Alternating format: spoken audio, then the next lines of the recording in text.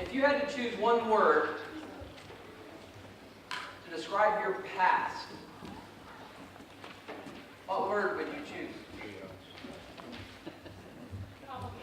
Complicated. Forgiven. Survive. Survived. Eclectic. Eclectic. Oh, my goodness. What about blessed? Or depressed?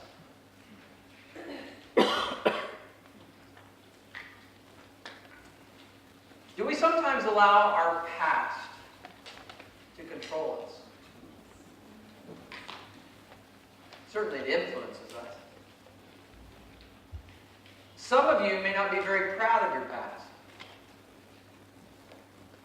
A lot of water under the bridge. But regardless of your upbringing, regardless of your past, you can leave behind a strong spiritual heritage, regardless of your past.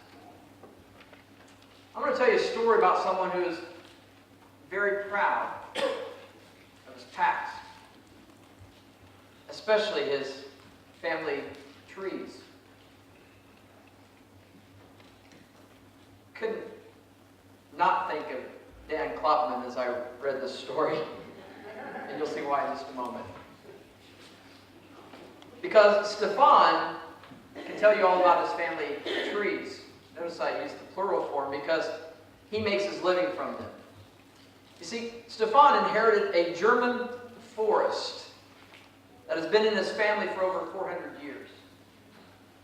Just let that sink in for a moment. Our nation is even near that old yet. Some of the trees he harvests today were planted over 100 years ago by his great-grandfather. The trees he plants today won't be ready for market until his great-grandchildren are born. He's part of a chain. He said, every generation must make a choice. They can either pillage or plant. They can rape the landscape and get rich, or they can care for the landscape, harvest only what is theirs, and then leave an investment for their children. Stefan harvests seeds sown by men that he never knew. And he sows seeds to be harvested by descendants that he'll never see. Dependent upon the past and responsible for the future. He's part of a chain. Just like you and I.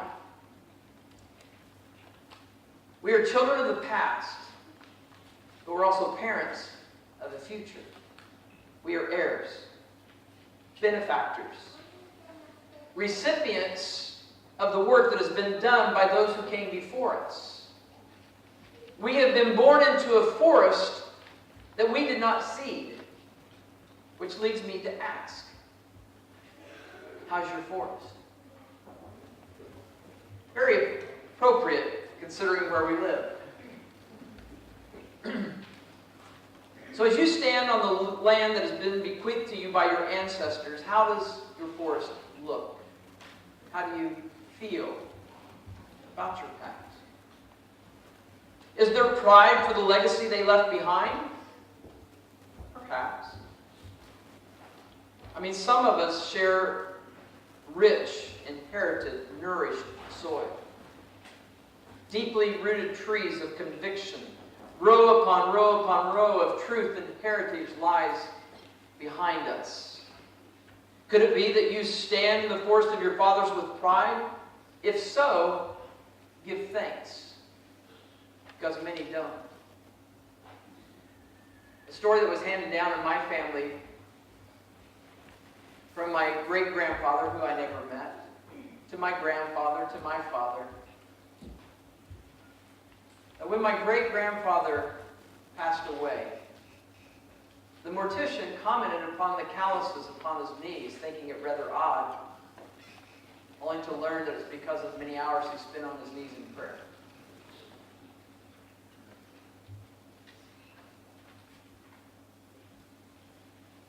That's part of my family tree. But many of you probably aren't so proud of your family tree. Shame, poverty, abuse, neglect, abandonment. For some of you, that's the forest that you inherited. Your forest was pillaged. The harvest was taken, but no seed was sown. Maybe you were raised in a family of bigotry, and so you tend to be intolerant of minorities. Or maybe you were raised in a home of greed, and so you have this insatiable desire for possessions. Or maybe your childhood memories bring more hurt and pain than inspiration. Perhaps the voices in your past cursed you, belittled you, or ignored you. At the time, you probably thought such treatment was typical, but now you realize that it wasn't. And you end up finding yourself trying to explain your past. You see, I recently came across the story of a man who must have had such thoughts about his past because his heritage was tragic. His grandfather was a murderer and a misfit who sacrificed his own children in ritual abuse. His dad wasn't much better, a punk who basically ravaged houses of worship and made a mockery of believers. His dad was killed at the age of 24 by his friends. These men were typical of their era. They lived in a time when prostitutes purveyed their wares in houses of worship, of all places. Wizards treated diseases with chants. People worshipped the stars. They followed their horoscopes. They thought more about superstition and voodoo than the education of their own children. It was a dark time in which to be born. So what do you think when your grandfather followed black magic, your father was a scoundrel, and your entire nation was corrupt? Do you follow suit? A lot of people assumed that he would. In fact, he was branded as a delinquent before he was even born, a chip off the old rotten block, they say. You can almost hear the people moan as he passes by. I'm going to be just like his dad. They were dead wrong. Because he reversed the trend. He defied the odds. He stood like a dam against the trends of his day, and he rerouted the future of his entire nation. In fact, his achievements were so remarkable that we still tell his story 2,600 years later. It's the story of King Josiah. It's found in 2 Chronicles chapter 34. Now, the world has certainly seen wiser kings. The world has seen wealthier kings. The world has seen more powerful kings, but history has never seen a more courageous king than young Josiah. Josiah was born some 600 years before Jesus was born. He inherited a fragile throne and a tarnished crown. The temple was in disarray, the law was lost, and the people worshipped whatever god they desired. But by the end of his 31-year reign, the temple had been rebuilt, all of the idols throughout the land had been destroyed, and the law of God was once again elevated to a place of prominence and power. The forest had been reclaimed. Josiah's grandfather, King Manasseh, was remembered as the king who filled Jerusalem from one end to the other with the people's blood. That's in 2 Kings 21. Josiah's father, King Ammon, died at the hands of his own officers.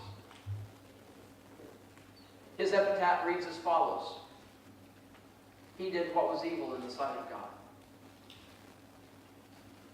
So his citizens formed a posse and killed the assassins, which allowed 8-year-old Josiah to ascend to the throne of Israel. Early in his reign, Josiah made a brave choice. In 2 Kings chapter 22, verse 2, we read these words: he lived as his ancestor David had lived, and he did not stop doing what was right. 8 years of age. Josiah flipped through his family scrapbook. He bypassed his father. He bypassed his grandfather until he found an ancestor worthy of emulation. He leapfrogged back until he found David. And he resolved, I want to be like him. Now there's an important principle at work here, and I don't want you to miss this. The principle is this: we cannot choose our parents, but we can choose our mentors. And since Josiah chose David, who had chosen God, things began to happen. 2 Chronicles 34, verses 4 and 5 say this: the people tore down the altars for the Baal gods as Josiah directed. Then Josiah cut down the incense altars that were above them. He broke up the Asherah idols and beat them into powder. He burned the bones of their priests on their own altars. Josiah broke down the altars. He cut down all the incense altars in all of Israel. Certainly not a publicity tour that would have been very popular, that's for sure. But then again, Josiah was not out to make friends. He was out to make a statement. He basically was telling the people of Israel, look, guys, what my fathers taught, I will not teach. What they embraced, I reject. He wasn't finished. 4 years later, from the time of this first purging, if you will, of the idolatry of Israel, at the age of 26, he turned his attention to the temple. Because the temple of God was in disarray. It was in shambles. The people had allowed it to fall into disrepair. But Josiah was determined. Something had happened that fueled his passion to restore the temple. A baton had been passed. A torch had been received.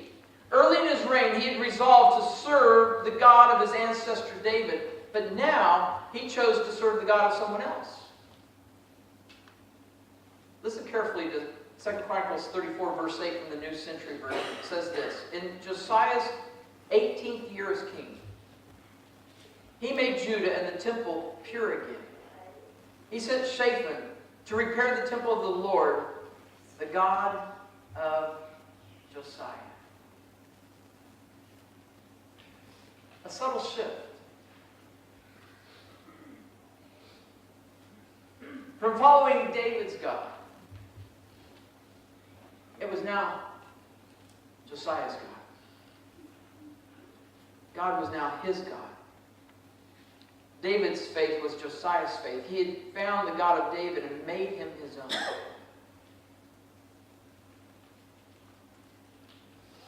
There's a song that I listen to a lot of times when I'm riding my bicycle by Nicole C. Mullins, I think is her name. Can't get to heaven on Granny's Angel. You got to get one of your own.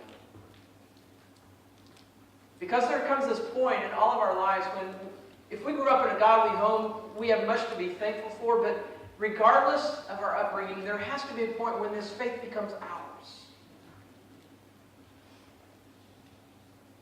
Because you can't get into heaven on the coattails of your grandparents or your parents. The relationship with God has to be real. It has to be yours. And that's what happened to Josiah. As the temple was being rebuilt, one of the workers happened upon a scroll that had been hidden away.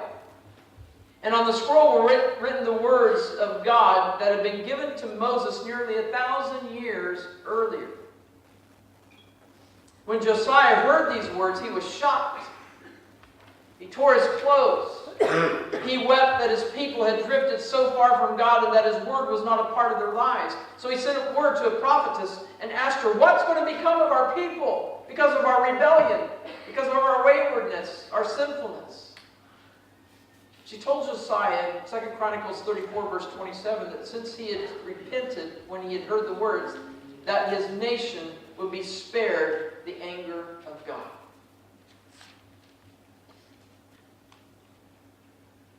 An entire generation received grace because of the integrity of one man.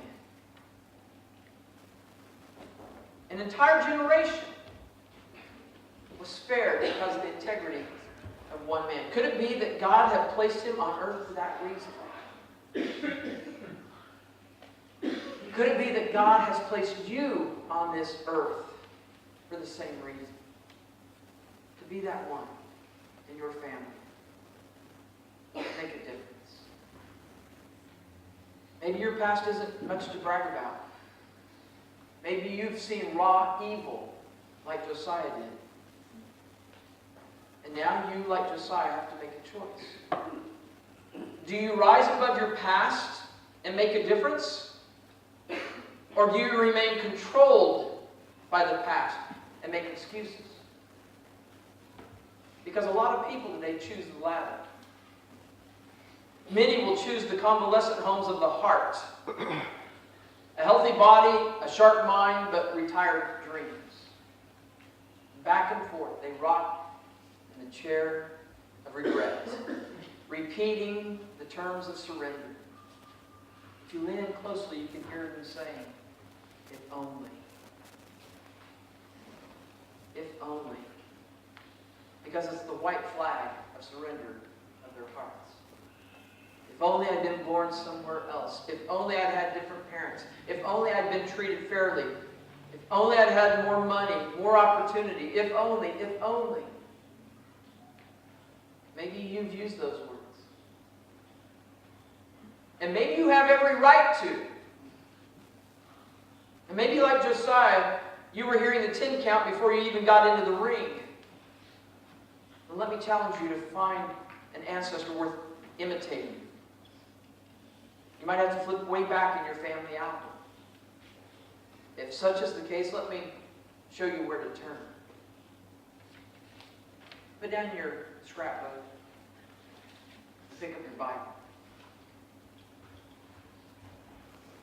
Go to John's Gospel and read Jesus' words to Nicodemus. Part of the conversation that he had that night with Nicodemus were these words in John chapter 3, verse 6.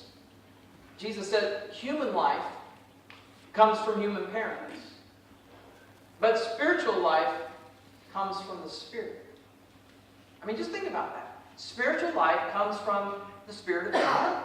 Your parents may have given you genes, but God gives you grace. Your parents may be responsible for your body, but God has taken charge of your soul. You might get your looks from your mother, but you get eternity from your Father, your heavenly Father. By the way, He's not blind to your problems, for He is a good, good Father. And He's willing to give you what your family didn't. If you didn't have a good father, He's promised to be your father. Galatians 4:7, the Phillips translation says, you are a son, and if you are a son, then you are certainly an heir of God.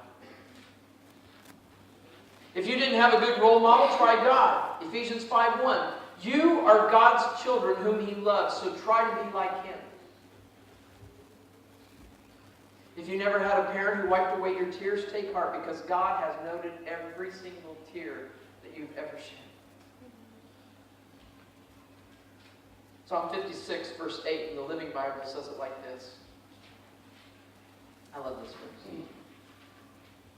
You have seen me tossing and turning through the night. You have collected all my tears and preserved them in your bottle. You have recorded every one in your book. You see, God has not left you adrift on the sea of your heredity. Just like Josiah, you cannot control the way your forefathers responded to God. But you can control the way you respond to Him. The past doesn't have to be your prison any longer. You have a voice in your destiny. You have a say in your life. You have a choice in the path to take. Choose well. And someday, generations from now, your grandchildren, your great-grandchildren, And your great-great-grandchildren will thank God for the seeds that you sowed today.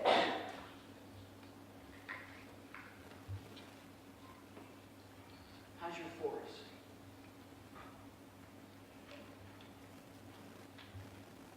Let's pray.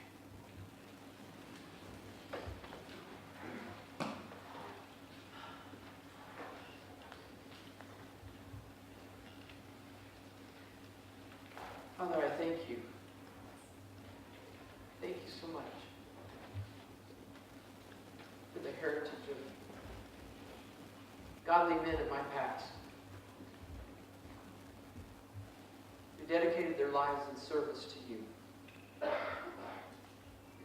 who set an example that has been handed down from generation to generation of what it means to be godly men, to live each day before you and surrender. Father, I've been blessed.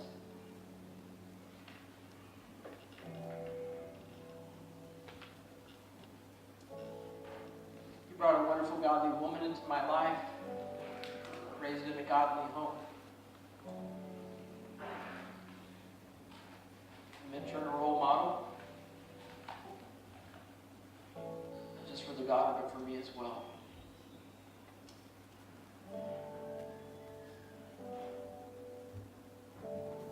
But Father, I know there are many within the sound of my voice and many outside the walls of this church who do not have that heritage. Who've grown up in abusive situations where the only time your name is uttered is as a curse word. Who feel like the deck has been stacked against them.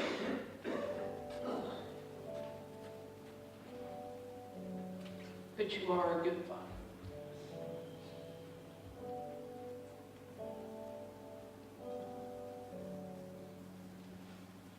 And Father, I pray that you would help us be a generation of people. Instead of raping and pillaging the land, would sow the seeds that would grow, take root, be there for our grandchildren and our great-grandchildren to harvest.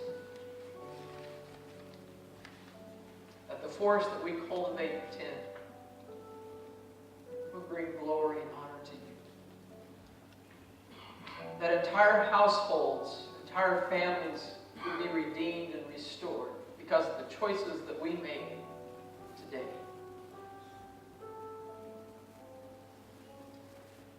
Father, if there are those who are living in the past, its regrets, its failures, making excuses for why things are the way they are, give them the courage that Josiah had to stand for you, to embrace that faith as he did, to resolve that today I will serve the Lord.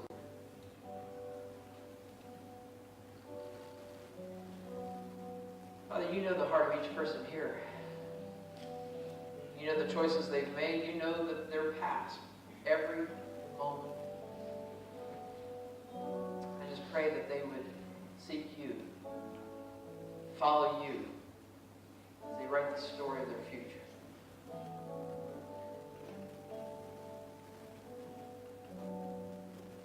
Speak to us this day. Search our hearts. There are those here that need to let go of their past today. Follow you. May they do so. May they start down that path.